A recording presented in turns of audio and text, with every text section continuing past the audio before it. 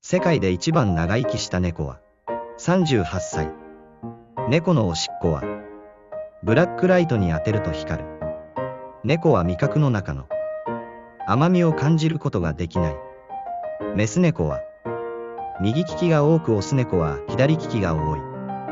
猫の脳の9割は人間と同じ構造でできており、実は感情豊か。猫は自分の身長の約5倍飛ぶことができる。猫は夜行性ではなく、夕方と明け方に行動が活発になる。猫はマタタビと同じ成分が入っているキウイでもよう